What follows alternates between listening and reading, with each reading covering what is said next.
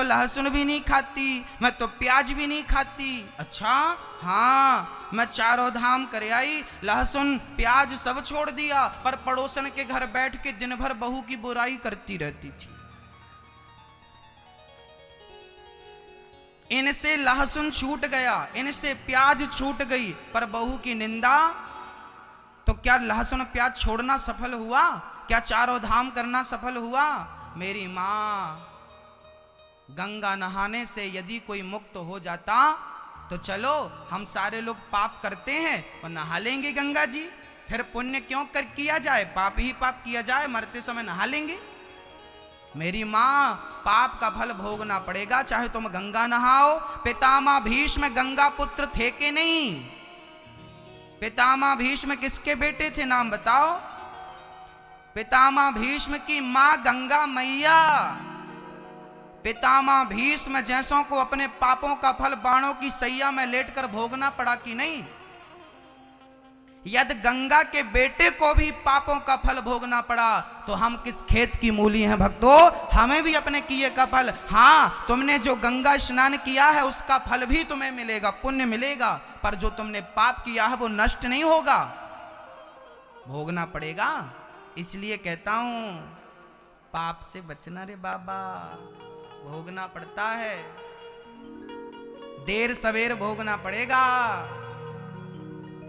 कि गंगा में जाकर बंदे तन की तू मैल धोता,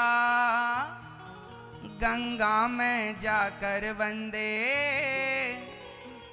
तन की तू मैल धोता, जो मन की मैल न धोई, जो मन की मैल न धोई, गंगा गया तो क्या हुआ, परमात्मा ना पाया, मेरे श्याम को ना पाया, परमात्मा ना पाया, मेरे श्याम को ना पाया, परमात्मा ना पाया, मेरे श्याम को ना पाया, परमात्मा ना पाया, मेरे श्याम को ना पाया, परमात्मा ना पाया, पाया जन्म तो क्या हुआ, परमात्मा ना पाया, पाया जन्म तो क्या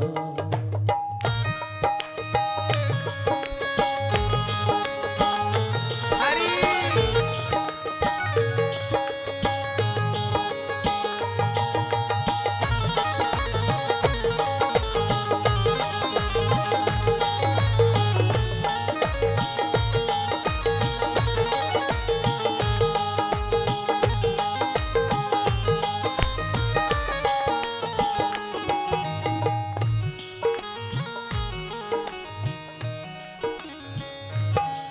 गंगा में जाकर बंदे तन की तू मैल धोता, गंगा में जाकर बंदे तन की तू मैल धोता, गंगा में जाकर बंदे तन की तू मैल धोता, गंगा में जाकर बंदे तन की तू मैल धोता, जो मन की मैल न धोई, जो मन की मैल न धोई, गंगा गया तो क्या हुआ, जो मन की मैल न धोई, गंगा गया तो क्या हुआ, जो मन की मैल न धोई, गंगा गया तो क्या हुआ, जो मन की मैल न धोई, गंगा गया तो क्या हुआ,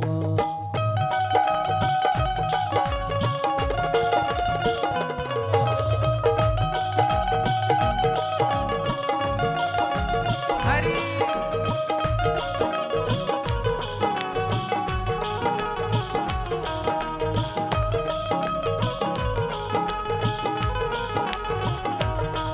कपड़े रंगा के बंदे दुनिया में घूमता है, कपड़े रंगा कर बंदे दुनिया में घूमता है, कपड़े रंगाने से कोई संत नहीं बन जाता। क्या रंगाना है? मन को रंगाना पगले, मन को रंगाना पगले, कपड़े रंगा तो क्या हुआ, मन को रंगाना पगले,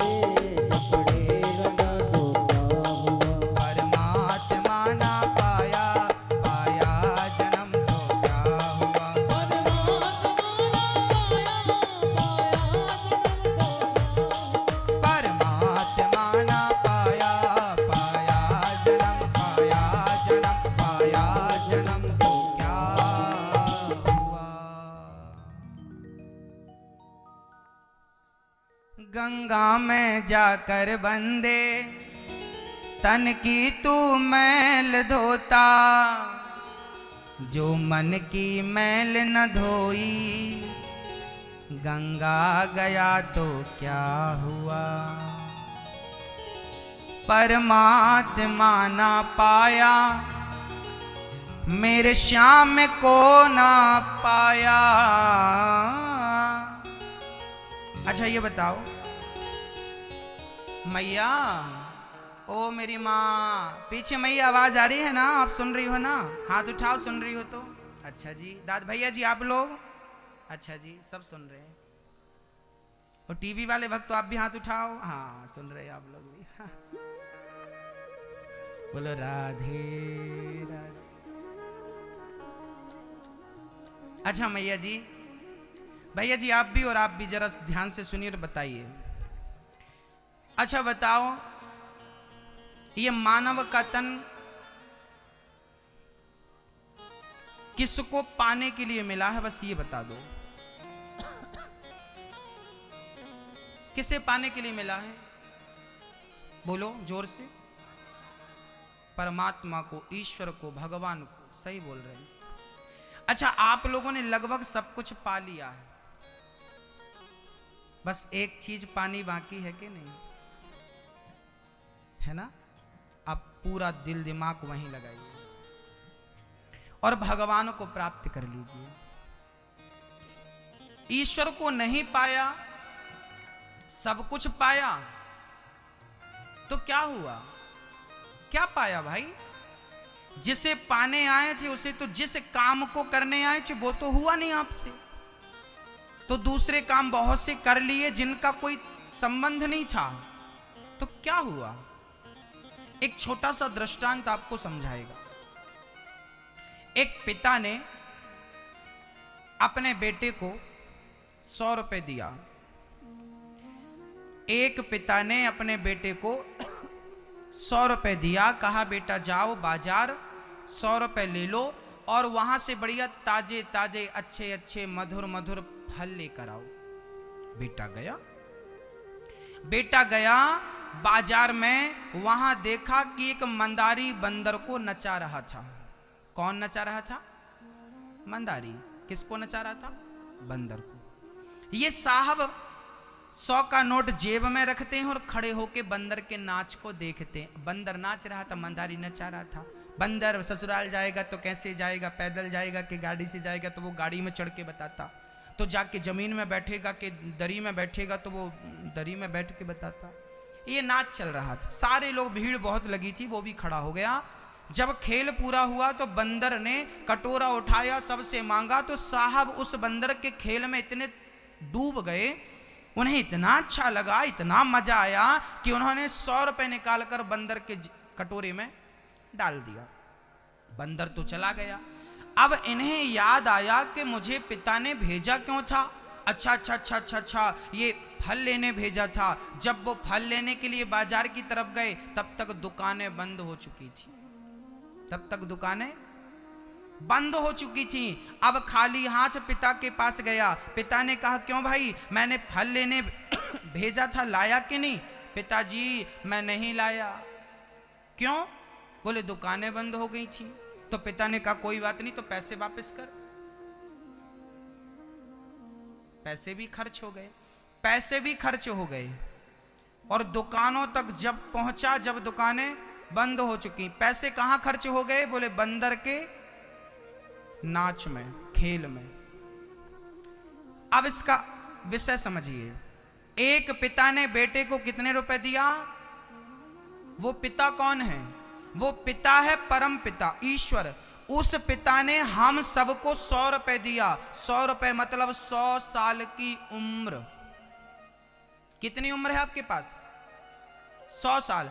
उस पिता ने तुम्हें 100 रुपए मतलब 100 साल की उम्र दिया और कहा कि जाओ बाजार से अच्छे अच्छे फल लेके आओ। ये संसार एक बाजार है और इस बाजार में तुम्हें भेजा है अच्छे फल मतलब अच्छे अच्छे कर्मों का। अच्छे अच्छे कर्मों का बोलिए, अच्छे अच्छे। अच्छे अच्छे कर्मों का फल लेने के लिए तुम्हें यहाँ भेजा है, पर हम यहाँ आए तो यहाँ हमें मंदारी का खेल नजर आ गया। ये मंदारी का खेल क्या है? बोले कभी पत्नी पति को नचाती है, तो कभी पति पत्नी को नचाता है, तो कभी मम्मी पापा बच्चे को बोलते हैं बेटा नाच नाच, बेटा भी नाचता है, मम्मी पापा बड़े गदगद होते हैं, खुश होते हैं। ये सच्ची बताना मेरी माँ, ये माताएं बोलती रहती, हम सवेरे से शाम तक नाचती रहती। ये पुरुष बोलते हम भी तो नाच रहे हैं, तुम अकेली थोड़ी नाच रही हो। तो सच्ची बताना मेरी माँ, हम सब ये बंदर के तरह नाच रहे हैं कि नहीं?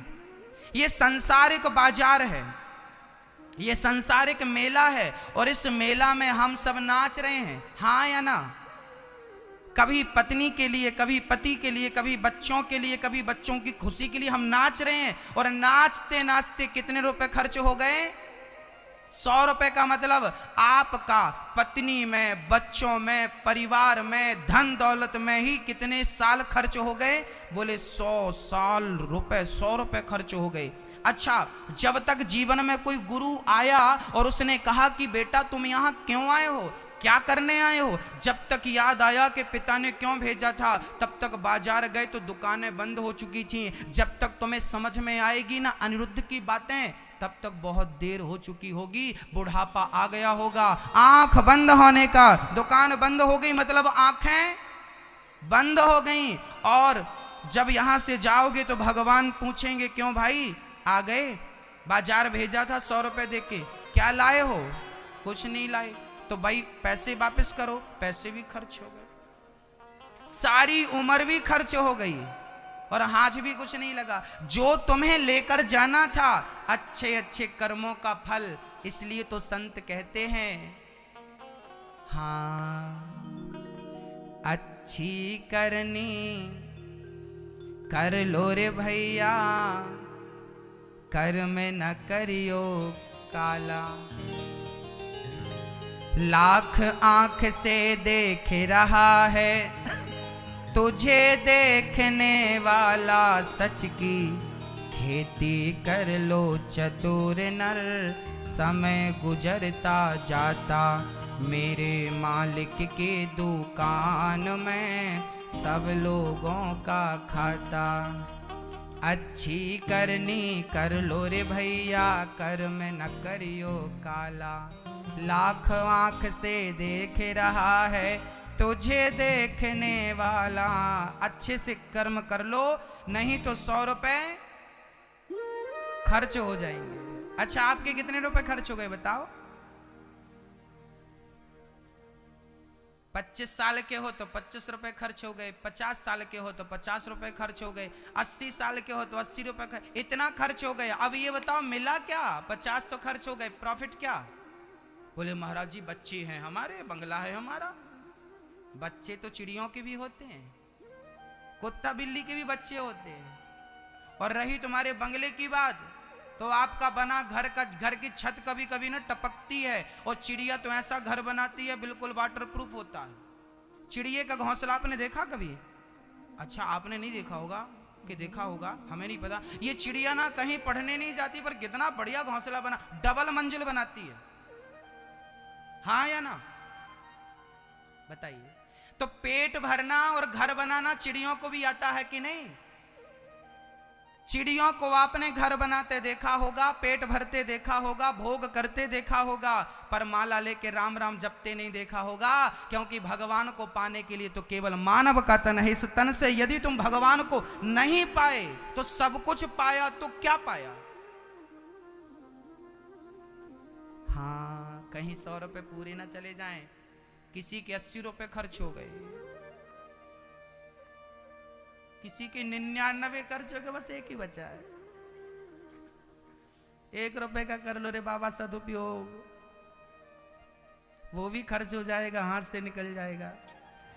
एक दिन भगवान पूतना मौसी भगवान को उठाती है। पूतना का तन सुंदर मन सुंदर नहीं, भगवान ने पूतना ने उठाया। पूतना के स्तनों में जहर था, भगवान ने पूतना का जहर पिया, फिर प्राण पी गए। पूतना चिल्लाई बालक छोड़ दो छोड़ दो। भगवान बोले मौसी जी हम जल्दी से पकड़ते नहीं है, और पकड़ लेते हैं तो फिर कभी छोड़ते नहीं है। यहाँ पकड़ने का सिस्टम है, छोड़ने का कोई ऑप्शन नहीं है। पूतना के प्राणों का पान किया भगवान ने, पूतना धड़ाम से गिर गई, पूतना का उद्धार हो गया। ये पूतना कौन थी? राजा बलि की बेटी रत्नमाला। जब वामन भगवान 3 पग भूमि लेने गए तो वामन भगवान को देखकर रत्नमाला ने कहा कि इतना सुंदर क्यूट बेटा मेरा होता तो मैं इसे दूध पिलाती। भगवान बोले तथास्तु। और जब 3 पग भूमि में सब नाप लिया तो बोली ऐसा बेटा मेरा होता छलिया तो जहर पिला के मार डालती। भगवान बोले ये भी तथास्तु। आज वही पूतना, वही रत्नमाला पूतना बनी जो जहर भी पिला रही है और बच्चे की तरह गोद में भी उठा रही है। तो दूध भी पिया, जहर भी पिया, एक समय में दोनों वरदान पूरा हुआ। अब भगवान ने क्या किया? एक दिन भगवान करवट बदलते हैं, बच्चे करवट बदलते ना। जब भगवान ने करवट बदली मेरी मां, तो मां यशोदा ने उत्सव रखा। क्या रखा? उत्सव रखा। जब करवट बदली गई तो उत्सव रखा गया। और उत्सव कैसा था? इतना बढ़िया उत्सव था कि भगवान श्री कृष्ण को छकड़े के नीचे डालकर, छकड़े के नीचे डाला और ऊपर सामान भर दिया, गाड़ी में ये वो सब भर दिया। अब जब कन्हैया जागी तो भगवान रोने लगे, मैया को पुकारने लगे। मैया तो काम पे व्यस्त थी। अच्छा, गाड़ी के नीचे भगवान को बिठाया, ऊपर सामान को भर दिया। हम लोगों भी यही गलती करते हैं कभी कभी। हम लोग भी जिंदगी की गाड़ी में भगवान को नीचे कर देते हैं और अपने सामान को ऊपर भर लेते हैं। और जब ऐसा होता तो भगवान ने गाड़ी में एक ठोकर लगाई और गाड़ी धम्म से नीचे गिरी, उलट पलट के गिरी, टूट गई, चकनाचूर हो गई। भक्तों, जीवन की गाड़ी में भगवान को नीचे नहीं, कहां? ऊपर रखो, पीछे नहीं, आगे। देखिए हमारे आगे कौन बैठे हैं? कौन बैठे? ठाकुर जी। क्यों बैठे हैं? क्योंकि हमारी गाड़ी यही चलाते हैं। जिस दिशा में ये ले जाएं उस दिशा में गाड़ी जाती है, जहां ये ले जाएं वहां जाती है। इन्होंने कहा कि अब जयपुर चलो, जयपुर आ गए। अब जयपुर के बाद 7 तारीख को यहां कथा पूरी होगी, 8 को एक दिन रास्ते में चलने में लगेगा, 9 तारीख से कथा फिर प्रारंभ हो जाएगी। छत्तीसगढ़ में दंतेवाड़ा नाम सुना होगा आपने। दंतेवाड़ा में कथा स्टार्ट हो जाएगी। वहां कथा 7 दिन चलेगी। वो कथा 15 को पूरी होगी। 16 से फिर मध्य प्रदेश में होशंगाबाद के पास शुकतवा नाम की एक जगह है, वहां कथा स्टार्ट हो जाएगी। वो कथा पूरी होगी। उसके बाद आसाम, आसाम बोले तो होजई, आसाम में एक गुवाहाटी के आगे होजई जगह है, होजई में कथा 24 जनवरी से शुरू हो जाएगी। उसके बाद फिर जबलपुर में 1 फरवरी से शुरू हो जाएगी। फिर 10 फरवरी से शहडोल के पास शुरू हो जाएगी, मानपुर में। बस ये सिलसिला चलता रहता है। बस जीवन में ये भाव रखना है कि हमारी गाड़ी कौन चला रहा है? हमारी गाड़ी कौन चला रहा है? कन्हैया चला रहे हैं। अच्छा, सबके पालनहार कौन है आप बताइए? सबके पालनहार कौन? सबके पालनहार भगवान श्री कृष्ण हैं। सकटासुर का भगवान ने उद्धार कर दिया। बोलिए भक्तवत्सल भगवान की जय जय श्री राधे। शकटासुर को भगवान ने मारा। यहाँ एक बढ़िया आध्यात्म बात है, मैं आप तक वो बात पहुंचाऊंगा। बहुत ध्यान पूर्वक उस चर्चा को श्रवण करें। अच्छा, कई बार हम लोग देखते हैं कि पूतना मौसी को मारा, भगवान ने शकटासुर को मारा। अब यशोदा मैया आई, चौरे ब्रजवासी मेरे छोरा ने ये गाड़ी ऐसे कैसे गिर गई? मैया तेरे लाला ने 1 लात जमाई तो गाड़ी उलट पलट के जमीन पे गिर गई। अच्छा, हाँ। अब मैया को लगा राम राम, मेरे छोटे से छोरे ने इतनी बड़ी गाड़ी को कैसे मार लगाई होगी। अच्छा, मैया को लग रहा था कि वो अपने आप हो गया, जबकि भगवान ने गाड़ी को उलट पलट करके गिरा दिया। इस मर्म को मैया यशोदा तो जान नहीं पाई, परंतु लीला चलती रही। यहां मैं आपको एक बात समझाऊंगा। अच्छा बताइए, आपकी गाड़ी भी कौन चलाता है? कौन चलाता है? भगवान चलाते हैं कि खुद आप चलाते हैं? भगवान चलाते हैं। अच्छा, कई बार ना आप लोग एक गलती करते हैं, वो गलती ना करें इसलिए मैं ये बात आपको पहुंचा रहा हूं, बहुत ध्यान से सुनिएगा। गलती क्या होती है? कई बार हम लोगों को ये लगने लगता है हम कर रहे हैं। क्या लगने लगता है? हमने किया, हमने किया, हमने किया। अभी तो आप सब बोलेंगे सब भगवान चला रहे हैं, भगवान कर रहे हैं, और घर जाते ही बोलने लगेंगे ये हमारा, ये हमारा, ये हमारा, महाराज जी ये सारा हमारा, ये हमारा, सब हमारा। अभी बोल रहे हैं। आप मंदिर में अलग दलीलें देते हैं, भगवान के दरबार में अलग दलीलें होती हैं। मंदिर में आप कहते हैं तन भी तेरा, मन भी तेरा, धन भी तेरा, प्रभु सब कुछ है तेरा, और तेरा तुझको अर्पण क्या लागे मेरा। ओम जय जगदीश हरे। और जैसे ही मंदिर से बाहर निकला, ये पत्नी मेरी, बेटा मेरा, ये सब कुछ है मेरा, मेरा मुझको दे दो, जल्दी से मुझको दे दो, प्रभु क्या लागे तेरा। ओम जय जगदीश हरे। ये दलीलें अलग हो जाती है। हम लोग कहने लगते हैं ये सब हमारा है, ये सब हमारा। हम भगवान के सामने तो खूब कहते हैं सब प्रभु आपका है, आपका है। जो भगवान के सामने कह रहे हो, वही भगवान के पीठ पीछे भी कहो कि प्रभु सब तेरा ही है, मेरा कुछ नहीं है। सबका पालनहार तू ही है, सब कुछ करने वाला तू ही है, मैं कुछ नहीं हूं, मेरा अस्तित्व नहीं है। अच्छा बताइए मेरी क्या हैसियत है? आजकल मैंने लोगों को देखा है, कई लोगों को थोड़ी सी दौलत, किसी को थोड़ी सी दौलत मिल जाए, धन संपत्ति मिल जाए तो वो ऐसे ऐसे चलता है। आपने देखा होगा किसी को थोड़ी सी प्रॉपर्टी मिल जाए, धन दौलत मिल जाए तो वो, देखिए आम के वृक्ष में जब फल लगते हैं ना, तो वो फलदार वृक्ष अकड़ता नहीं है, बल्कि और झुक जाता है। ईश्वर ने तुम्हें जितनी संपन्नता दी है, उतने झुक जाओ, उतने सरल, उतने सहज, उतने सरल बन करके लोगों की सेवा में लग जाओ। बड़े बनने का था, बड़ा हुआ सो क्या हुआ, जैसे पेड़ खजूर, तो क्या खजूर बनना है तुम्हें कि पक्षी को छाया नहीं और फल लागे अति दूर? ना वो छाया देता है, ना किसी को पेट भर के फल दे सकता है। तो क्या खजूर की तरह तुम्हें ऊंचाई चाहिए या आम की तरह छांव चाहिए? आम लोगों को छांव भी देता है, पेट भरने को फल भी देता है, और हवन करने के लिए लकड़ियों का भी दान करता है। जीवन में स्वभाव आम की तरह हो, जो सबकी सेवा में लगा रहता है, वही हमारा जीवन हो। हम अकड़ के ना चलें कि ये हमारा है, ये हमारा, ये हमारा, हम इसके मालिक हैं, हम इसके मुखिया, हम ये, हम वो ना। सरल सहज बन जाओ, बन जाओ, बन जाओ, अकड़ मत रखो।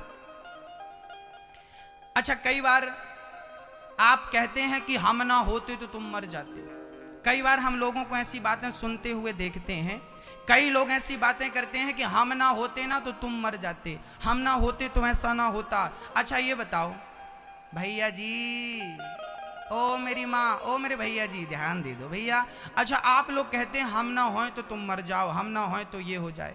अच्छा सच बताना, जिनके कोई नहीं होता, जिस बेटी का बाप मर जाता है, तो क्या ये बताइए वो बेटी कुंवारी रह जाती है? आप एक सज्जन हमसे बोले गुरुजी हमने अपनी 4 बहनों का विवाह किया, 2 3 बेटियों का विवाह किया, हमने ये सब किया, हमने इतना किया। अच्छा ये बताओ कि आप ना होते तो क्या आपकी बेटियों का विवाह नहीं होता? आप नहीं होते तो क्या आपकी बहनों का विवाह नहीं होता? हाँ या ना में जवाब दीजिए। सच्ची बात तो यह है कि करने कराने वाला सब भगवान है। हम जबरदस्ती अपनी छाती पीटते रहते हैं, हमने ये किया, हमने किया। कई लोग तो इस चक्कर में मरते भी नहीं कि हमारे बाद क्या होगा। चिंता खाए जाती हमारे बाद क्या होगा। अरे भाई साहब तुम मरो, सब बढ़िया होगा यहाँ। और यकीन ना हो मेरी बात पर तो तुम 10-20 दिन के लिए, साल 2 साल के लिए मर के देख लो। घर छोड़ के चले जाओ, तुम्हारे घर पे यदि एक भी दिन लोग भूखे रह जाएं तो बता देना। ये जो आपने गलत फहमी पाल रखी है ना, मेरे बाद क्या होगा, मेरे बाद क्या होगा, कुछ नहीं, सब बढ़िया चलेगा। जिस दिन मरोगे उस दिन भी खिचड़ी बना के लोग खा लेंगे, भूखे उस दिन भी नहीं रहेंगे, कोई भूखा नहीं रहेगा। ये जबरदस्ती की गलत फहमी, गलत भ्रांतियां लोग पाले बैठे हैं, हमारे बाद क्या होगा, क्या होगा। गलत मत सोचो, सबका पालनहार भगवान है, सब भगवान करते कराते हैं। आप क्या करते हैं? आपने कहा हमने ये किया, हमने वो किया। गलत कह रहे हैं आप। एक पिता की 7 बेटियां थी।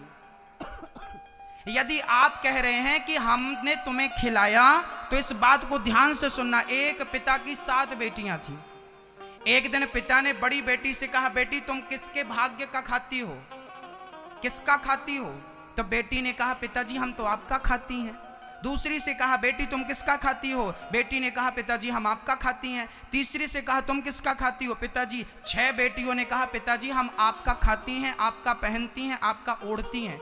7वीं बेटी से पूछा, बेटी तुम किसका खाती हो? उस बेटी ने कहा, हम तो अपने भाग्य का खाते हैं। जो विधाता खिलाता है हम वो खाते हैं, हमें खिलाने वाला भगवान है। उस राजा को बड़ा बुरा लगा।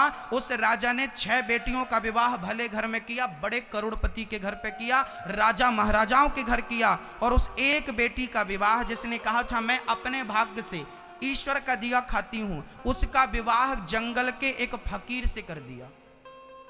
तो अपने भाग्य का खाती है ना, जा देख, फकीर से कर दिया। पर कहते हैं ना, भक्तों के भाग्य में होगा तो भाग कर आ जाएगा, और भाग्य में नहीं होगा तो आया हुआ भी भाग जाएगा। आप चिंता ना करें, जो आपको मिलना है वो ईश्वर आपको देके रहेंगे, और जो नहीं मिलना वो लाख प्रयास कर लो मिलेगा ही नहीं।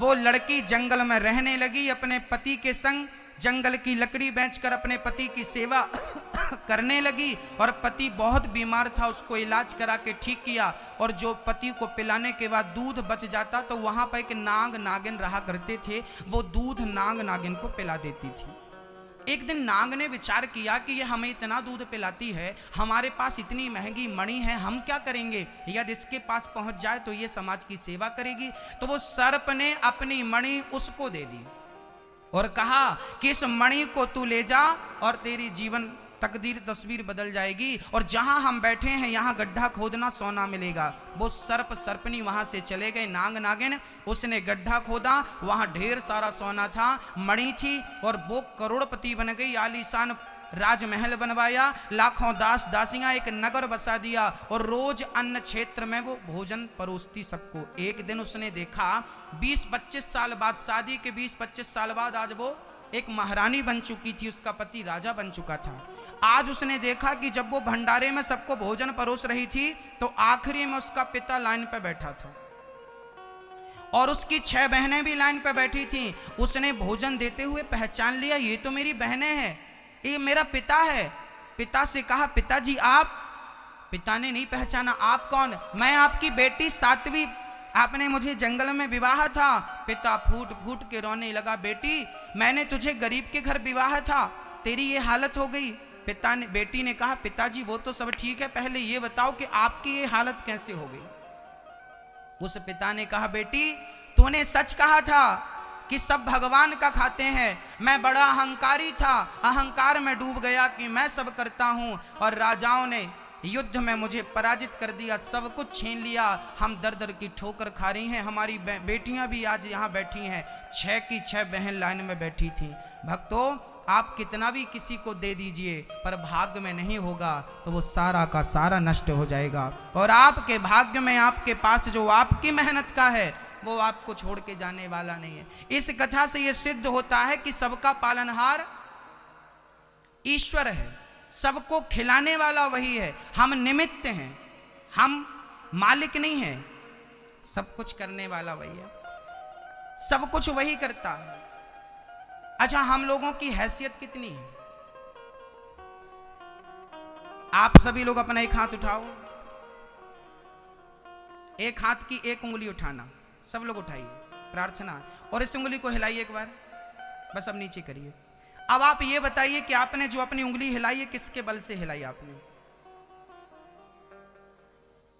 आप यदि कहें कि ये हमने अपने बल से हिलाई है, यदि आप ये कहें कि ये उंगली हमने अपने बल से हिलाई, तो आप गलत हैं यहां पर। यदि आपने ये उंगली हिलाई तो मैं मानता हूं कि ये उंगली हिली तो भगवान के बल से हिली, क्योंकि उनकी भी उंगलियां होती हैं जिनको पैरालाइसिस हो जाता है, लकवा मार जाता है। बताइए, जिनको लकवा और पैरालाइसिस की बीमारी होती है, क्या उनकी उंगलियां हिलती हैं? जिनको मैंने बहुत लोगों को देखा है जिनका शरीर है पर आधा अंग काम नहीं करता, हाथ काम नहीं करते, पांव काम नहीं करता। बताइए मेरी माँ, यदि हम अपने ही बल से हिलाते हैं तो लकवा मार जाता है तो क्यों नहीं हिलती। इसका मतलब ये है कि परमात्मा जब तक चाहेगा तो आंख काम करेगी, कान काम करेंगे, हाथ काम करेंगे, और वो नहीं चाहेंगे तो अंग सारे आपके पास होंगे पर काम कोई नहीं करेगा। इसका अर्थ यह है कि यह सृष्टि परमात्मा के हिसाब से चल रही है। वो जब तक चाहेगा सो हम देख पाएंगे, वो चाहेगा तो हम बैठे हैं, वो नहीं चाहेगा ना तो हम बैठे हैं, उठ नहीं पाएंगे। वो नहीं चाहेगा तो हमने एक कदम रखा है, दूसरा कदम रख नहीं पाएंगे। इसका सीधा तात्पर्य यह है कि सब कुछ विधाता की मर्जी से होता है, हम केवल निमित्त हैं। हमारी सृष्टि में कोई हैसियत नहीं है, कोई ताकत नहीं है, और आपकी भाषा में कहें तो कोई औकात नहीं है। अच्छा, मेरे मुंह से शब्द निकला औकात का, आइए हम थोड़ा औकात की बात कर लेते हैं। हैसियत, छोटे मुंह बड़ी बातें अच्छी तो नहीं लगती। ये औकात जैसे शब्द को भागवत में प्रयोग नहीं करना चाहिए, पर मैं समझाने के लिए आपको कर रहा हूं। कई बार आप कहते हैं हमें नहीं जानते, हमें नहीं पहचानते, हम कौन है, हम कौन है। ये हम करने वालों को जरा मैं बता दूं, ये लोग कहते हैं हमें नहीं जानते, हमें नहीं पहचानते। आज मैं इन लोगों से पूछता हूं आपकी औकात क्या है। यदि मैं औकात की बात करूं ना तो थोड़ी देर के लिए आप केवल समझना औकात हमारी कितनी है, आपकी औकात कितनी है, जरा समझिएगा भक्तों। जब हम मरेंगे तो हमें लोग ले जाएंगे शमशान में, जला देंगे। उसके बाद हमारी राख 25 रुपए के घड़े में भर दी जाएगी। घड़ा कितने का होगा? जिसे हम बोलते हैं अस्थियां जा रही हैं। लोग क्या बोलते हैं, क्या जा रही है? ये अस्थियां जा रही हैं। वो अस्थियां घड़े में भरी जाती हैं या नहीं? वो घड़ा कितने रुपए का होता है? 25 रुपए का, ज्यादा से ज्यादा 25 रुपए का। समझिएगा, आज बड़ी बड़ी गाड़ियों में और आलीशान बंगलों में रहने वाले लोगों, एक दिन तुम 25 रुपए के घड़े में आ जाओगे। यही हम सबकी असली औकात है कि हम मिट्टी हैं और एक दिन घड़ा में समा जाएंगे, और उस राख को कोई निकालेगा और फूंक मारेगा तो हमारी राख उड़ जाएगी कि नहीं? हाँ कि ना? हाँ मेरी मां, मिट्टी हैं हम, राख हैं हम। आज ये 70 किलो का शरीर कल 25 रुपए के घड़े में आएगा, फूंक मारेंगे उड़ जाएगा। यही औकात है हमारी। आज अनिरुद्धाचार्य हूं, कल राख बन जाऊंगा। किस बात का अभिमान करूं, किस बात का अहंकार करूं? क्या है मेरे पास? रावण जैसों का अहंकार नहीं टिका जो सोने की लंका में रहा करते थे। हमारे घर तो फिर भी मिट्टी के हैं भाई। किस चीज का अहंकार करते हो? क्या है तुम्हारे पास अहंकार करने के लिए? थोड़ी सा टैलेंट परमात्मा ने दे दिया, उसकी आंखें दिखा रहे हो। थोड़ी सी योग्यता परमात्मा ने दे दी, थोड़ा सा वैभव ईश्वर ने दे दिया, उसकी अकड़ दिखा रहे हो ना। ये अकड़ दिखाने के लिए नहीं है। ईश्वर का धन्यवाद दो कि विधाता ने तुम्हें योग्य बनाया है सेवा करने का, धनवान बनाया है सेवा करने का। ये तुम ईश्वर के चरणों में अपना मस्तक और झुकाओ और सरल बनो और नम्र बनो, उसका शुक्रिया अदा करो, उसका धन्यवाद दो और कहो, हे प्रभु मैं आपको कभी, हे प्रभु मैं आपको कभी, हे प्रभु मैं आपको कभी अहंकार ना करना। अहंकार रावण का टिका क्या? कबूतर कबूतरी और उनके बच्चे रहा करते थे। एक दिन कबूतरी बोली कि मैं जा रही हूं दाना लेने। वो दाना लेने गई, तभी अचानक बहुत तूफान और आंधी चली। उसी समय एक बहेलिया वहां पर खड़ा था जाल लेकर, वो भी ठिठुर रहा था, भीग गया था। तभी आंधी की चपेट से वो चिड़िया जमीन पे गिर गई। बहेलिये ने चिड़िया को पकड़ा और अपने पिंजरे में डाल लिया। वो चिड़िया अपने बच्चों के लिए दाना लेने जा रही थी। बच्चे छोटे छोटे थे, घोंसले में थे। अब ये बहेलिया ठिठुरता ठिठुरता आगे चला। संयोग से बहेलिया उसी पेड़ के नीचे जाकर बैठ गया जिस पेड़ पे से चिड़िया का घोंसला था। अब ऊपर से चिड़िया का पति देख रहा था, बच्चे देख रहे थे, वो बात कर रहे थे। बच्चे कह रहे थे मां तू जाल में कैसे फंस गई? मां ने कहा बेटा मैं जा रही थी, तूफान आया, मैं गिर गई और इसने मुझे बंद कर लिया। अब वो जो बहेलिया था वो रास्ता भटक गया था, उसे बड़ी भूख लग रही थी, बड़ी भूख लगी। तो क्या हुआ, चिड़िया अपने पति से बोलती है, क्यों आज आपके घर पे ये अतिथि आया है, क्या इसे भोजन नहीं कराओगे, क्या भोजन नहीं कराओगे? कैसे कराएं? अब वो बहेलिया था, उसने घास जुटाई और उसको लगा कि मेरे पास एक चिड़िया है, मैं इसी को भूंज करके खा लूंगा। परंतु दुर्भाग्य देखी, उसके पास आग नहीं थी, आग नहीं थी। तब चिड़िया ने अपने पति से कहा, स्वामी जी ये मुझे भूंज कर खाने वाला है, आप जल्दी से इसके लिए आग का बंदोबस्त करिए, क्योंकि हमारे घर में आया अतिथि देवो भव। हम भले चिड़िया है, पर हमारे घर पे आया अतिथि, जहां हमारा घर है वहीं तो ये है, तो ये हमारे घर पे भूखा बैठेगा, हमें पाप लगेगा। अब तो चिड़िया का वो पति उड़ के गया, गांव से एक चिनगारी आधी जली लकड़ी पकड़ के लाया, जहां नहीं जली थी पकड़ के लाया और वहां गिरा दिया। बहेलिए को लगा आग भगवान ने दी, आग मिल गई। अब वो आग तो लिया, पर वो जो घास जुटाया था ना वो गीली हो चुकी थी, आग लग नहीं रही थी। तब चिड़िया ने कहा कि हमारा घोंसला कब काम आएगा, हमारा घोंसला सूखा है। अपने चोंच से उसने अपना घोंसला काट दिया, वो घोंसला गिरा, उस पे अंगार रखा, हवा में घुमाया, आग लग गई। जब आग लगी तो पिंजरा खोल करके वो चिड़िया को उस आग में भूंजने के लिए जैसे ही उठाया तो उसके नन्हे नन्हे बच्चे बैठे थे। उन्होंने कहा, माँ मेरे होते हुए आपको बलिदान देने की क्या जरूरत है? अरे बेटे घर पे हैं तो बेटों का फर्ज है कि वो अतिथि का पेट भरें। तो दो बच्चे थे, दोनों कूद कर उस आग में गिर गए, और जब वो बच्चे गिरे तो बच्चों को पकड़ता हुआ उसका पिता पकड़ के किनारे रखा, बोले बेटा तुम नहीं, पिता जब तक जिंदा है बच्चों को मरने नहीं देगा। वो खुद आग में कूद गया। अब बहेलिए को लगा ये तो अच्छा हो गया, सारे तीनों भूंज गए, उसने खाया, परंतु उसका पेट अभी नहीं भरा। तो चिड़िया जो पिंजरे में थी उसको निकाला, उसको भी भूंजा, उसको भी खाया, और जब चिड़िया को भूंज लिया उसके प्राण निकल गए तो सुंदर सा विमान आया और विमान पर वो चारों बैठकर जाने लगे। बहेलिए ने देखा कि भाई आप कौन हो? कहा कि हम पार्षद गण हैं, भगवान के धाम से आए हैं। अच्छा तो इन्हें क्यों ले जा रहे हो? तब इन्होंने कहा, चिड़िया, तब पार्षदों ने कहा कि ये वही चिड़िया है जिसने अपने घर में आए अतिथि को भूखा नहीं रहने दिया, और जो किसी को भूखा नहीं रहने देता इन्होंने अपने आप को मार कर तेरा पेट भरा है, अतिथि सेवा की है। हम इन्हें भगवान के धाम बैकुंठ ले जाने आए हैं, इन जैसे भक्तों को बैकुंठ ले जाते हैं। अब उस बहेलिए के अंदर भाव जागा, राम राम, मैं कितना बड़ा पतित हूं कि अपने स्वार्थ के लिए मैंने चिड़िया को मार दिया, उसके परिवार को नष्ट कर दिया। वो चिड़िया, वो पक्षी होकर भी भगवान को पा गए और हम मनुष्य होकर भी भगवान को नहीं पाए। उसे इतनी गिलानी हुई कि उसने सबको छोड़ दिया और वहीं नारायण नारायण का जाप करने लगा। अंत में उसका चित्त शुद्ध हो गया। उसके लिए भी बहुत वर्षों के बाद जब उसका मन चित्त शुद्ध हो गया, भगवान ने विमान भेजा, भगवान के निज धाम पे चले गए। इस कथा से हमें ये सीखना है कि जीवन में कभी आया हुआ अतिथि घर से भूखा नहीं जाए, अर्थात जीवन में आप कुछ दें ना दें पर अन्न दान जरूर करें। भक्तों, दानवीर कर्ण जब मर करके स्वर्ग गए तो इंद्र ने उन्हें सोने की रोटियां परोसी थी।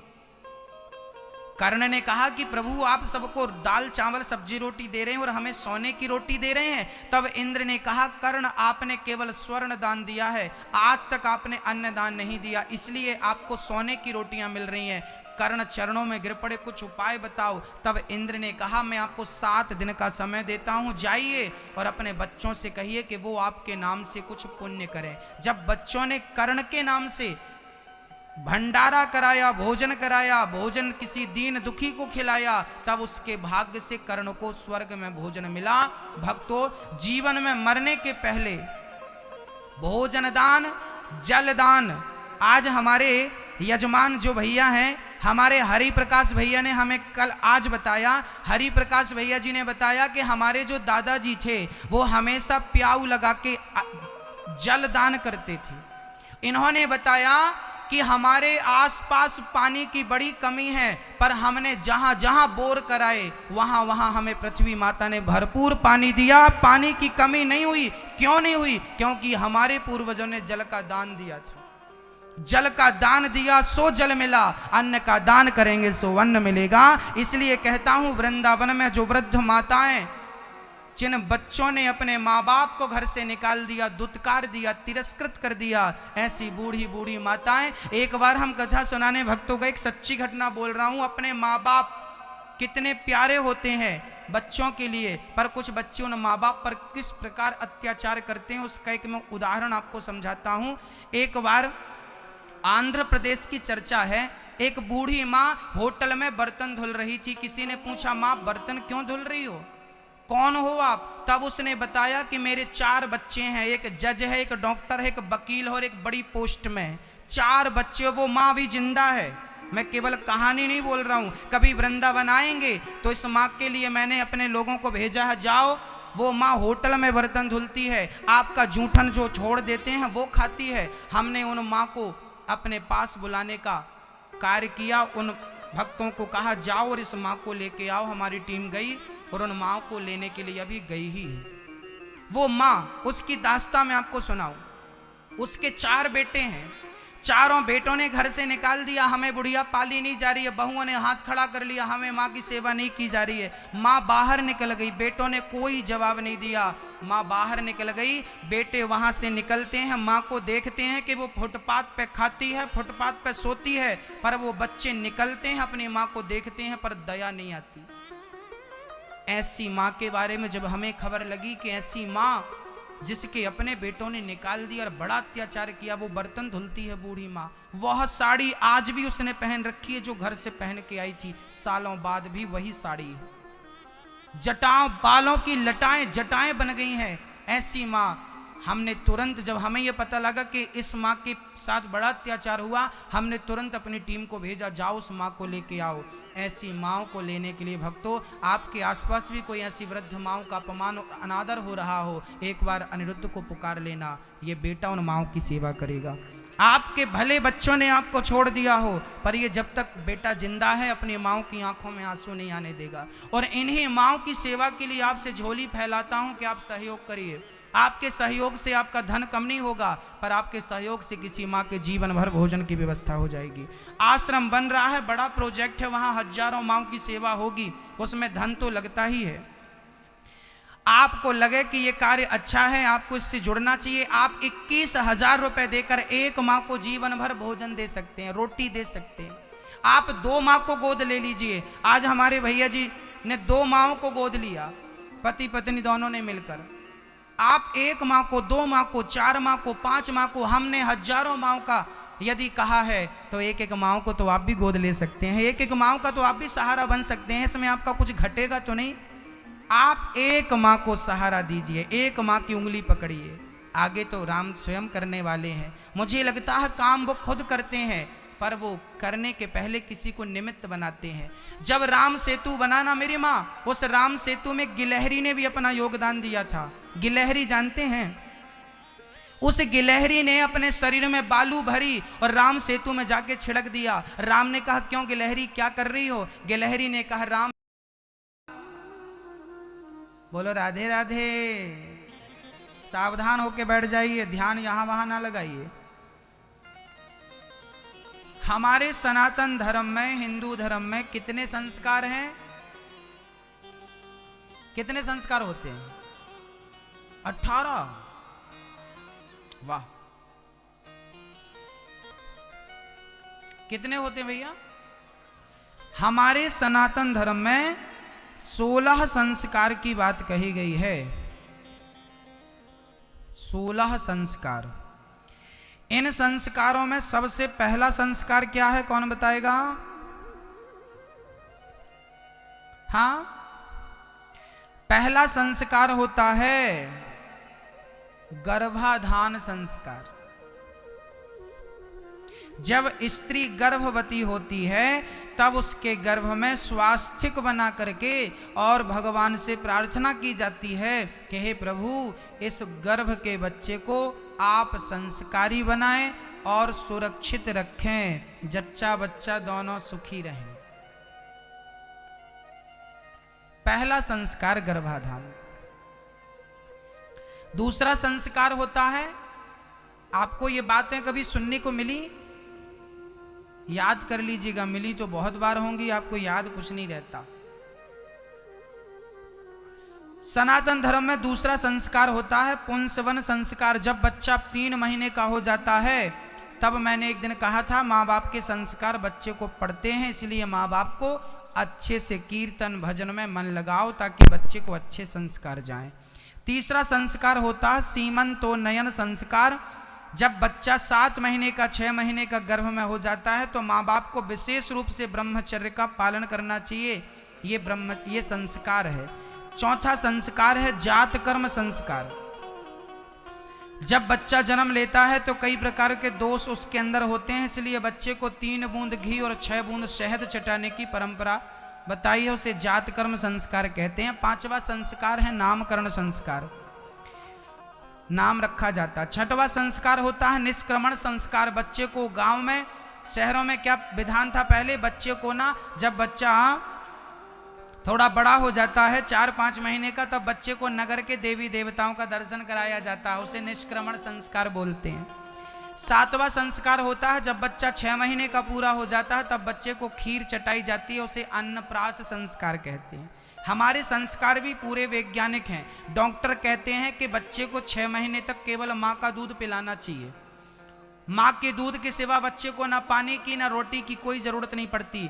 हमारे शास्त्रों में लिखा है कि बच्चे का जो 7वां संस्कार है वो अन्नप्राश संस्कार है, और उसमें समय बताया है कि जब बच्चा 6 महीने का पूरा हो जाए तब अन्नप्राश संस्कार करना चाहिए, मतलब बच्चे को खीर चटानी चाहिए।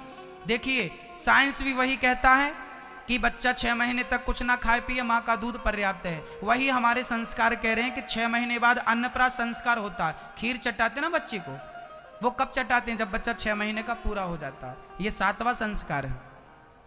8वां संस्कार है चूड़ा कर्म संस्कार, मुंडन संस्कार। मुंडन जानते हैं? 9वां संस्कार है कर्ण भेदन, कान छेदाना। 10वां संस्कार है विद्यारंभ। बच्चे को जब बच्चा पढ़ने लायक हो जाए 4 साल का 3 साल का, तो बच्चे को हाथ पकड़ के सबसे पहले गंग गणपतये नमः लिखवाना चाहिए।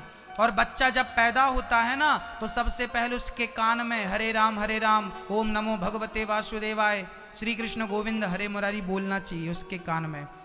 12वां संस्कार है उपनयन यज्ञोपवीत संस्कार। 11वां संस्कार। 12वां संस्कार वेदारंभ संस्कार। 13वां संस्कार समावर्तन संस्कार।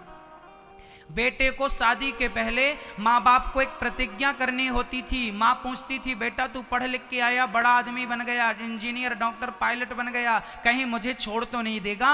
तब बच्चा कहता था, माँ मैं आखिरी श्वास तक आपकी सेवा करूंगा, कभी आपको छोड़ूंगा नहीं। ये संकल्प के साथ ये संस्कार पूरा होता था। 13वां संस्कार समावर्तन संस्कार था ये। 14वां संस्कार होता है विवाह संस्कार। पहले बेटा संकल्प देता है कि माँ मैं आपकी सेवा करूंगा, उसके बाद उसकी शादी कराई जाती है। और आजकल शादी कराओ तो लेके भाग जाता है, मम्मी पापा जाएं। 15वां संस्कार होता है वानप्रस्थ संस्कार। गृहस्थी पूरी हो जाए तो घर परिवार से मन को हटाओ, तीर्थों का सेवन करो। और 16वां संस्कार होता है अंतिम संस्कार। क्या? जब आदमी मर जाता है तो बेटा पिता की खोपड़ी में खोपड़ी फोड़कर घी भरता, उसे कपाल मोचन क्रिया बोलते हैं। यह क्रिया शमशान में होती है, उस समय को आखिरी संस्कार कहते हैं, अंतिम संस्कार कहते हैं। जब आदमी मर जाए तो कभी रोना नहीं चाहिए। आदमी जब मरता है, चाहे स्त्री मरे पुरुष मरे, कभी किसी के मरने पर रोना नहीं चाहिए। यदि आप रोए हैं तो मरने वाला आदमी सीधा नरक जाएगा, कहाँ रोना? गरुड़ पुराण में लिखा है कि जब आदमी मर जाए तो उसे चिता पे जलाओ, उसके बाद बेटा जब पिता की खोपड़ी फोड़कर उसकी खोपड़ी में घी डालता है, कपाल मोचन क्रिया करता, उसके बाद शास्त्र कहते हैं कि बेटे को रोना चाहिए, चीख पुकार के उसकी आंखों से गिरे आंसू पिंड बन करके उसे प्राप्त होते हैं। ऐसा शास्त्रों ने वर्णन किया है, शास्त्रों ने। अच्छा, मैं एक संस्कार की बात आपसे बात करूं। आप में से कौन कौन माँ बाप चाहते हैं कि आपका बेटा भिखारी बने? बताइए, कौन कौन से माँ बाप आप चाहते हैं कि आपका बेटा भिखारी भिखमंगा बने? चाहता है कोई? कोई भी माँ और कोई भी पिता नहीं चाहता कि मेरा बेटा भिखारी बने। पर आप जो शिक्षा बेटों को दे रहे हैं, जो संस्कार बच्चों को दे रहे हैं, वो संस्कार, वो शिक्षा आपके बेटों को क्या बना रही है? भिखारी। एक उदाहरण देख के समझाता हूं। हमारे भारत में कौन सी बीमारी जो भारत को खा रही है, जड़ से समाप्त कर रही है, उसका नाम सुनना। एक बार क्या हुआ, एक गरीब आदमी था, ना गरीब था ना अमीर था, मीडियम, दाल रोटी खाने वाला। 15,000 रुपये महीना मिलता था, सरकारी नौकर था, सरकारी आदमी था। एक आदमी था, सरकारी कर्मचारी था, 15,000 रुपये तनख्वाह मिलती थी। एक बेटी थी, एक बेटा था। बेटी सयानी हो गई, अब बेटी के लिए बाप ने बढ़िया सा लड़का ढूंढा, शादी की। मंडप के नीचे रस्म हो रही थी, पिता कन्यादान कर रहा था। कन्यादान के समय मंडप के नीचे की रस्म होती है, बेटा लड़की का पिता अपने होने वाले दामाद से पूछता है कि बेटा तुम्हें क्या चाहिए। एक रस्म होती है, उसमें बेटा तुम्हें क्या चाहिए ऐसा लड़की का पिता पूछता है। तो लड़की के पिता ने कन्यादान दिया और लड़के से पूछा, बेटा तुम्हें क्या चाहिए? तो लड़के ने कह दिया कि हमें 4 चक्के की गाड़ी चाहिए, 4 व्हीलर चाहिए। अब जैसे ही 4 व्हीलर की डिमांड लड़के ने मंडप के नीचे की, तो लड़की के पिता के तो छक्के छूट गए। लड़की के पिता की इतनी ताकत तो नहीं थी ना कि वो दहेज में गाड़ी गिफ्ट कर सके। गरीब आदमी था, दाल रोटी 15,000 कमाने वाला। बताइए क्या 10 लाख की गाड़ी देने के लायक है? हाँ या ना जवाब दीजिए। नहीं ना? यही हुआ। उस लड़की के पिता ने हाथ जोड़कर कहा, बेटा मेरी इतनी ताकत नहीं है कि मैं तुझे गाड़ी गिफ्ट कर सकूं, मेरी इतनी हैसियत नहीं है, मैं इतना बड़ा आदमी नहीं हूं। लड़के ने कहा, तो शादी नहीं होगी, हम जा रहे हैं, हमें तो गाड़ी चाहिए, नहीं तो हम तो जा रहे हैं। अब लो भैया, अब लड़की के पिता ने विचार किया, राम राम, यदि लड़की की शादी इस प्रकार टूट जाएगी तो दोबारा मेरी लड़की से विवाह कौन करेगा? मेरी बेटी का कहीं जीवन खतरे में ना पड़ जाए, कहीं मेरी बिटिया जीवन भर के लिए कलंक ना बन जाए। अब कौन शादी करेगा यदि ये बारात लौट कर चली गई? अब सोचिए उस बाप के अंदर क्या गुजर रही होगी जिसे रातों रात एक गाड़ी की व्यवस्था करनी थी। परिणाम क्या हुआ? लड़की के पिता ने रातों रात अपना घर गिरवी रख दिया। ये कहानी एक सत्य घटना है, मैं कहानियां नहीं सुना रहा हूं आपको, एक सही घटना सुना रहा हूं। जीवन में हर रोज घटने वाली घटनाएं हैं ये। उस लड़की के पिता ने अपना घर गिरवी रख दिया। क्या रख दिया? गिरवी रख दिया। और उस घर के उसे 10 लाख रुपए मिले। उस 10 लाख में लड़की के पिता ने सुबह जल्दी से गाड़ी खरीदी और अपने दामाद को गाड़ी की चाबी दी। सरकार ये लीजिए चाबी। उसी गाड़ी में बैठकर लड़का गया, बेटी विदा हो गई। चलिए, पिता तो जैसे तैसे घर द्वार बेच के बेटी का घर बसा ही देता है। बाप तो बाप होता है। हाँ, लड़की जब ससुराल गई, एक दिन लड़का बोला, चलो आज तुम्हें घुमा के लाते हैं। आज गाड़ी लड़का चला रहा हो, बाजू की सीट में लड़की बैठी है और बड़ी तेज गाड़ी चली। आगे मंदिर था, कुछ भिखारी लोग इस पार से उस पार मंदिर की तरफ रोड पार कर रहे थे। तभी एक अपंग आदमी, विकलांग, अपाहिज, इसका एक पांव टूटा था, वैसाखी लेके ये पार हो रहा था सड़क। तभी साहब बड़ी तेज गाड़ी चलाकर लाए और गाड़ी देखा इन्होंने कि भिखारी बीच में आ गया। अब ये लड़का ब्रेक पे चढ़ गया, बिल्कुल घिसटती हुई गाड़ी जाकर भिखारी के पास खड़ी हो गई। भिखारी बाल बाल बच गया, एक्सीडेंट होते होते बच गया। अब लड़के ने गाड़ी से उतरकर भिखारी को जो डांटा, अरे भिखारियों, तुम लोगों के कारण एक्सीडेंट होता है, क्या जरूरत थी सड़क पार करने की? कमा के खा नहीं सकते, भीख मांगते रहते हो।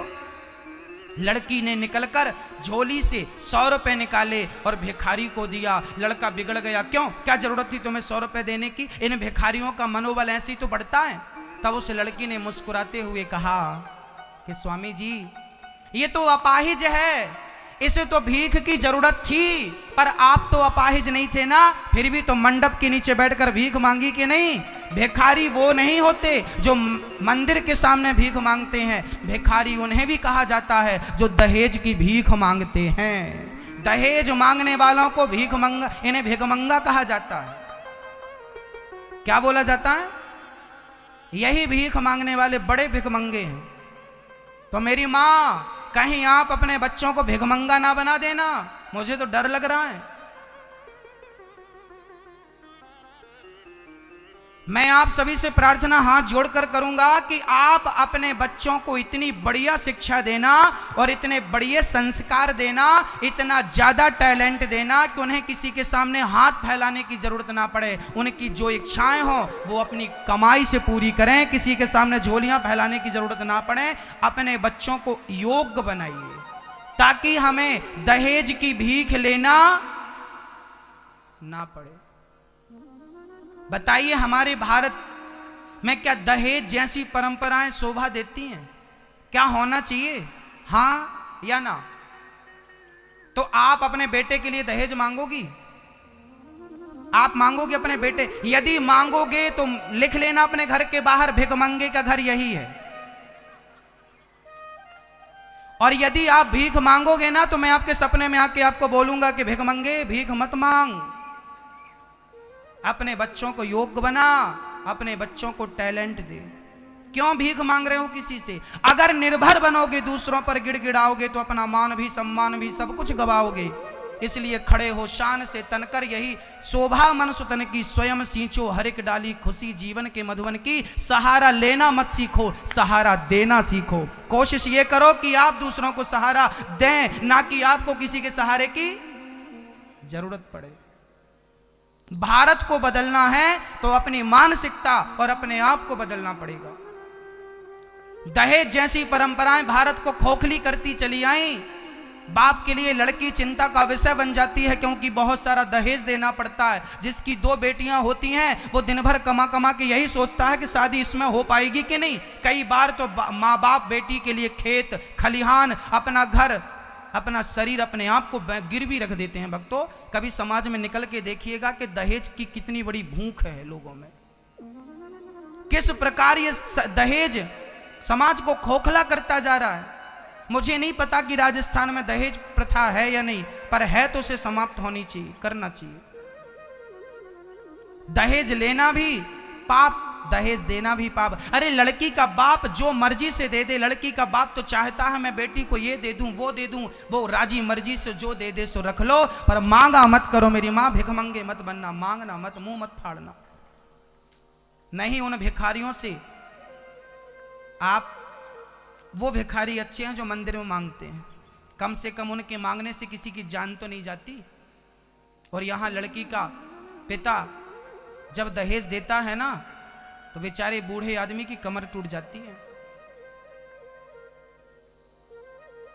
हाँ, कोशिश है बच्चों को योग्य बनाएंगे, आप संस्कारी बनाएंगे। यही कथा है, यही शिक्षा है, यही हमारे भारत के प्राचीन संस्कार हैं। आजकल माँ बाप को ना ज्यादा चिंता होती है बच्चों की। किसके लिए कमा रहे हो? बच्चों के लिए। किसके लिए कमा रहे हो? बच्चों के लिए। किसके लिए कमा रहे हो? बच्चों। अरे भाई, बच्चों के लिए क्यों कमा रहे हो? क्यों बच्चों को योग्य टैलेंट नहीं दिया आपने? कमा के खाना नहीं सिखाया? वो आप बुढ़ापे में उनको कमा के दे रहे हैं। आपके मरने के बाद वो भूखे मरेंगे ऐसे में। उनको सेल्फ बनाइए, उनको आत्मनिर्भर बनाइए। क्यों कमा के दे रहे हैं आप? बच्चों को धन मत दीजिए। एक जंगल में एक सर्कस था, बहुत ध्यान से सुनना। एक सर्कस था, उस सर्कस में 7 शेर थे। उन शेरों को जंगल में छोड़ दिया गया क्योंकि टॉर्चर करते हैं सर्कस वाले। केंद्र सरकार ने मना किया, आप सर्कस में शेर को बंदी नहीं बना सकते, जंगल में छोड़ दीजिए। एक आदमी का सर्कस था, 7 शेर थे, 7 शेर को खोल दिया गया। पता लगा कि 7 शेरों में से 6 शेरों को जंगली कुत्तों ने खा लिया। शेरों का शिकार किसने कर लिया? बोलो मेरी मां। जंगली कुत्तों ने ये आश्चर्य लगा कि भाई शेर का शिकार कुत्तों ने कैसे कर लिया। बोले वो सर्कस के शेर हो गए थे, बना बनाया मांस खाने के आदी हो गए थे, शिकार करने का टैलेंट भूल चुके थे। कुत्तों ने सोचा भूखे मरेंगे, क्यों ना इनको मार के खाया जाए। कुत्तों ने बाजी मार ली, कुत्ते जीत गए, क्योंकि वो सर्कस के थे, शेर थे ना, वो टैलेंट भूल चुके थे। कमा के खाने वाला जो गुण होता है भूल चुके थे, और बने बनाए मांस को खाने पर टुकड़ों पर पलने के आदी हो चुके थे। तो कुत्तों ने शिकार किया। आप जो माँ बाप बच्चों के लिए बहुत प्रॉपर्टीज, बहुत बैंक बैलेंस, बहुत धन संपत्ति जोड़ते हैं, वो माँ बाप अपने बच्चों को सर्कस का शेर बनाते हैं। याद रखना, आपने अपने बच्चों को जरूरत से ज्यादा दौलत दी तो समझ लेना कि आपने अपने बच्चों को सर्कस का शेर बनाया, जो बाप की संपत्ति के, बाप के टुकड़ों पर पलने के आदी हो जाएंगे। इसलिए मैं नौजवान हर भाई से कहता हूं, शास्त्र कहते हैं उत्तमम स्वाजितम वित्तम। याद रखना मेरे नौजवान दोस्तों और भाइयों, खुद की कमाई संपत्ति सबसे उत्तम होती है, पिता की संपत्ति मध्यम होती है, भाई की संपत्ति अधम होती है, और स्त्री का धन तो अधम से भी अधम होता है। अच्छा पुरुष बनना चाहते हो, स्वाभिमानी बनना चाहते हो, तो अपनी कमाई रोटी खाना सीखिए। 2 रोटी कम खाइए, नमक रोटी खाइए, पर आपकी मेहनत की रोटी होनी चाहिए। खुद कमाइए, खुद शिकार करिए। बाप की संपत्ति, बाप के टुकड़ों पे तो बहुत बच्चे पल रहे होंगे। अपना नाम, अपनी प्रॉपर्टी, अपनी संपत्ति, अपना रास्ता खुद चुनिए। हाँ, कोशिश करिए आपके अपने आप को इतना काबिल बनाएंगे कि आप खुद अपना रास्ता बनाएंगे। हाँ, किसी के टुकड़ों पे आपको नहीं पलना। मानसिकताएं बदलिए। गर्गाचार्य जी ने भगवान कृष्ण का नाम रखा गर्गः पुरोहितो राजन यदूनाम सुमहातपः ब्रजम जगाम नंदस्य वसुदेव प्रचोदितः। गर्गाचार्य जी ने नामकरण किया, यशोदा तेरे पुत्र का नाम होगा कृष्ण, कर्ष्यति कृष्ण। रोहिणी तेरे बेटे का नाम होगा राम, रमन्त योगिनाम यस्य सह राम योगी। योगियों के हृदय में रमण करे राम, ये कृष्ण। कन्हैया की मैया बोली, बाबा मेरे से तो ऐसे टेढ़ो नाम कहो ना जाए, इतनो बड़ो नाम तो मैं जप ना सकूं, क्या मैं या को कलुआ बलुआ कह सकूं? मारे लिए तो ये कलुआ, और कन्हैया को कलुआ और बलराम को बलुआ, कलुआ बलुआ। मैया ने क्या नाम रखा? कलुआ बलुआ। और गर्गाचार्य जी ने नाम रखा भगवान की दिव्य लीलाएं। थोड़ा बड़े हुए भगवान, एक दिन क्या हुआ, भगवान बड़े हुए, गोपियों के घर भगवान बड़े होकर मटकी चोरी करते, मक्खन चुराते, घर घर जाते। एक दिन क्या हुआ, सारी सखियां शिकायत करने आई, मैया तेरो लाला बिगड़ गयो। मैया बोली काहे गई? मैया आज तेरे लाला ने हमारे घर आए के दारी के निकाह कियो कि मारे ससुर की खटिया ना मटकी के नीचे रख दी, और दारी के निकाह कियो मारे ससुर को रस्सी से खटिया पे कस के बांध दी, और ससुर की छाती पे खड़े होके दारी के ने मक्खन निकालो। ग्वाल वालों का गोला बनाया, ऊपर चढ़ गया और सारी मटकी का माखन निकाला, सारो माखन खाया, दारी के ने ब्रजवासियों को खिवायो। और जब सारो माखन खायो तो हमारे ससुर जी की खोपड़ी में मटकी तोड़ दी दारी के ने, और ससुर जी की नाक में, ससुर को बांध के ससुर की नाक में झाड़ू का तिनका डालता नाक में। ससुर जी छींक छींक के परेशान, छींक बंद नहीं हो रही। एक सखी बोली मैया तेरे लाला ने हमारे बछड़ों को खोल दिया, सारा दूध गायों ने, बछड़ों ने पी लिया। मैया बोली तो हमारे छोरा को थोड़ा डांटो करो। सखियां बोली मैया जब डांटती हैं ना तो हमारी तरफ देख के ही कर देता है, और या की मुस्कान जब हम देखती हैं तो सारा गुस्सा भूल जाता है। ना जाने कौन सो जादू तेरे छोरा में है, बड़ो जादूगर है तेरो छोरा। एक सखी बोली मैया आज तेरे लाला ने दारी के ने कहा क्यों कि हम मक्खन लेके जा रहे थे मथुरा बेच बेकूं, मटकी सिर पे रख के। तेरे लाला ने कहा क्यों पेड़ पे चढ़ गए और पत्थर फेंक फेंक के मटकी तोड़ भी लगो। मैया बोली क्यों रे लाला ये सही, सखियां सही कह रही हैं, तू ऐसी हरकत कर दारी के तेरो ब्याह ना है वेगो।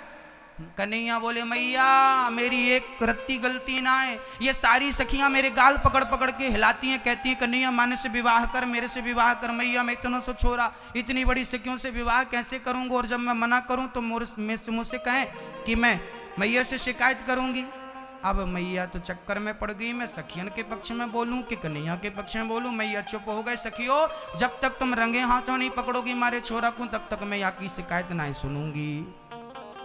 अब सखियां गईं और अपने घर पे मटकी के ऊपर सखियों ने घंटी लटका दी कि अब घंटी बजेगी तो हम पकड़ लेंगी।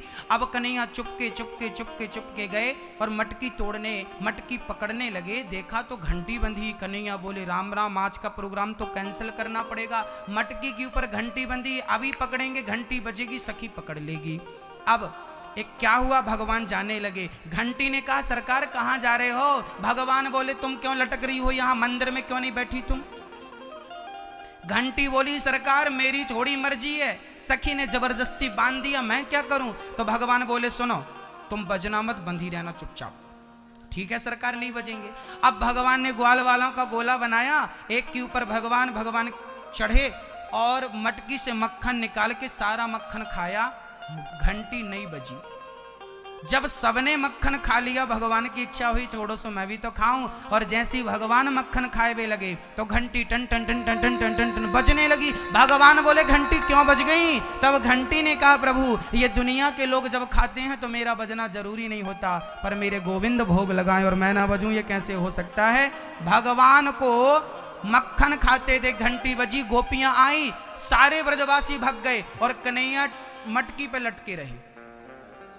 नीचे से सारे ब्रजवासी भाग गए और कन्हैया लटके हैं। ओ सखी, अब सखियां बोल रही अच्छा दारी के अब पकड़ो गए हो। लाठी लाई और कन्हैया को डराए हुए लगी। कन्हैया बोले बाद में डरियो, पहले नीचे तो उतारो। अब गोपियों ने जैसे तैसे नीचे उतारा और कन्हैया ने कहा देख सखी मैं कल से बिल्कुल सन्यासी हो जाऊंगा, बिल्कुल मक्खन ना चुराऊंगा, मुझको एक बार तो मौका दे, छोड़ तो दे। सखी बोली एक शर्त पे छोड़ूंगी। कौन सी शर्त? बोले एक बार तू हमें नाच के दिखा। कन्हैया नाचने लगे ऐसे से। गोपियां बोली ऐसा वैसा नाच नहीं, एक हाथ सिर पे रखो, दूसरा हाथ कमर में रखो और जरा बढ़िया वाला नाच करके दिखाओ। भगवान बोले यदि हम नाचेंगी तो तुम हमें क्या दोगी? यदि हम नाचेंगी तो हमें तुम क्या दोगी बताओ? तब गोपियां बोली कि हम तुम्हें छाछ पिलाएंगी, तुम नाच के दिखाओ। क्या पिलाएंगी? क्या पिलाएंगी? छाछ। मैया क्या पिलाएंगी गोपियां? छाछ। अब छाछ में बढ़िया जीरा डाला, जीरा पीस करके डाला और बढ़िया नमक डाला और घोल के सखियों ने कटोरे में रख दिया और कन्हैया से कह रही हैं तुम हमें नाच के दिखाओ, हम तुम्हें बढ़िया छाछ पिलाएंगी। अब लो भैया क्या हुआ, भगवान नाचने लगे। सोचिए जगत का पालनहार इसलिए नाच रहा है कि मुझे गोपी छाछ पिलाएगी। क्या पिलाएगी? अब बताइए क्या भगवान छाछ के भूखे थे? भगवान छाछ के भूखे नहीं है मेरी माँ, भगवान तो भाव के भूखे हैं। वो गोपियां भगवान को प्रेम, इतना प्रेम करती हैं गोपियां, भगवान से इतना प्रेम करती हैं कि उनके प्रेम के वश में आज भगवान को नाचना पड़ा। जगत को नचाने वाला आज प्रेमियों के सामने नाच रहा है। बहुत प्रेम से भगवान ने नृत्य किया, गोपियों ने भगवान का दर्शन किया। ये गोपियां कौन है मैं इनके बारे में कल बताऊंगा विस्तार से। ये गोपियों का जब रास। अच्छा कल की कथा ना मेरी माँ अपने पतियों को लेके आना। कल की कथा यदि आप पति पत्नी जोड़े से सुनेंगे तो गारंटी हम लेते हैं कल की कथा के बाद आप पति पत्नी में झगड़ा नहीं होगा, गारंटी हमारी है। इसलिए कल जितने पुरुष बैठे हैं आप अपनी पत्नी को लाएं, आपकी पत्नी झगड़ा करती हो तो और नहीं करती हो तो, और आप जितनी माताएं बैठी हैं अपने पतियों को लाएं। कल की कथा जोड़े से सुनेंगे तो झगड़ा नहीं होगा, गारंटी हमारी। कहो तो स्टाम्प पेपर में लिख दें आपके लिए, झगड़ा नहीं होगा कल की कथा के बाद आप पति पत्नी का। इसलिए जो टीवी पर सुन रहे हैं आप भी पति पत्नी जोड़े से सुने, और जो यहां बैठे हैं आप भी पति पत्नी जोड़े से कल की कथा सुने, बहुत जरूरी है कल की कथा। हाँ अब आप आगे चलते हैं। अब सारी गोपियां शिकायत कर रही हैं, भगवान इस प्रकार गोपियों को आनंदित करते हैं। ये भगवान की लीला है। एक दिन क्या हुआ, भगवान ने मिट्टी खा ली। क्या खा ली भगवान ने? मैया बोली च्योरे लाला तने माटी खाई। कन्हैया बोले माटी खाई, चल मुंह खोल। जब अपना मुंह खोला भगवान ने तो भगवान के इतने से मुंह में क्या नजर आया? इतने से मुख में पूरा ब्रह्मांड, अतल वितल सुतल तलातल रसातल महातल भूर भुवः स्वः स्वर्ग लोक, महर लोक, जन लोक, सारे लोक सब कुछ नजर आया। मैया घबरा गई, राम राम ये मेरो छोरा है कि भगवान है। हाथ जोड़वे लगी, भगवान ने मुंह बंद कर लिया। मैया ने बोला लाला तू भगवान है का? कन्हैया बोले मैया मैं तो भगवान ना है, मैं तो तेरा छोरा हूं। तो मुंह खोल, फिर से मुंह खोला, अब देखा मैया ने तो कुछ भी नजर नहीं आया। कन्हैया बोले मैया क्या हुआ? मैया बोली राम राम लाला, मैंने तेरे मुंह में पूरा ब्रह्मांड देखो दारी के, तू भगवान तो ना है। कन्हैया बोले मैया बुढ़ापे में तेरी आंखें खराब है गई हैं। कन्हैया को गोद में उठाती है, घर ले आती है। यहाँ एक प्रश्न खड़ा होता है, पहले भगवान मुख में ब्रह्मांड दिखाते हैं और दोबारा में वो छिपा लेते हैं। यदि छिपाना ही था तो दिखाया क्यों? भक्तों अब यहां आप समझिए क्या होता है कि भगवान ने अभी मटकी तोड़ी, मक्खन चुराया, चोरी की। अब बताइए, आप ये बताइए कि आपकी सोसाइटी में कोई आदमी चोरी करता हुआ पकड़ा जाए तो उस आदमी को आप अच्छा कहेंगे कि बुरा कहेंगे? बताइए मैया जी। आपकी कॉलोनी में, आपके घर के आसपास कोई चोरी करता हुआ पकड़ा जाए, उसे आप अच्छा मानेंगे कि बुरा? चोर को अच्छा माना जाता है कि बुरा? चोर को हमेशा बुरा माना जाता है। यदि चोर भगवान ने मक्खन चोरी की, मटकी तोड़ी, तो कोई भी आदमी आज मुसलमान भाई कह देगा कि तुम्हारे भगवान तो चोर थे, चोरी करते थे। तो आप कहीं कंफ्यूज ना हो जाएं, यहां भी एक सिद्धांत की बात आपको समझाऊंगा। भगवान ने कहा कि मैं मनुष्य बनकर आया हूं, मैं बच्चों में बच्चों की तरह साधारण लीलाएं करता हूं, पर मुझे तुम साधारण समझने की भूल ना करना। आज भगवान ने अपना मुंह खोल के ब्रह्मांड का दर्शन करा दिया कि मैं मटकी चुराता हूं केवल इसलिए, गोपियों की खुशी के लिए। जिस दिन भगवान मक्खन चुराने नहीं जाते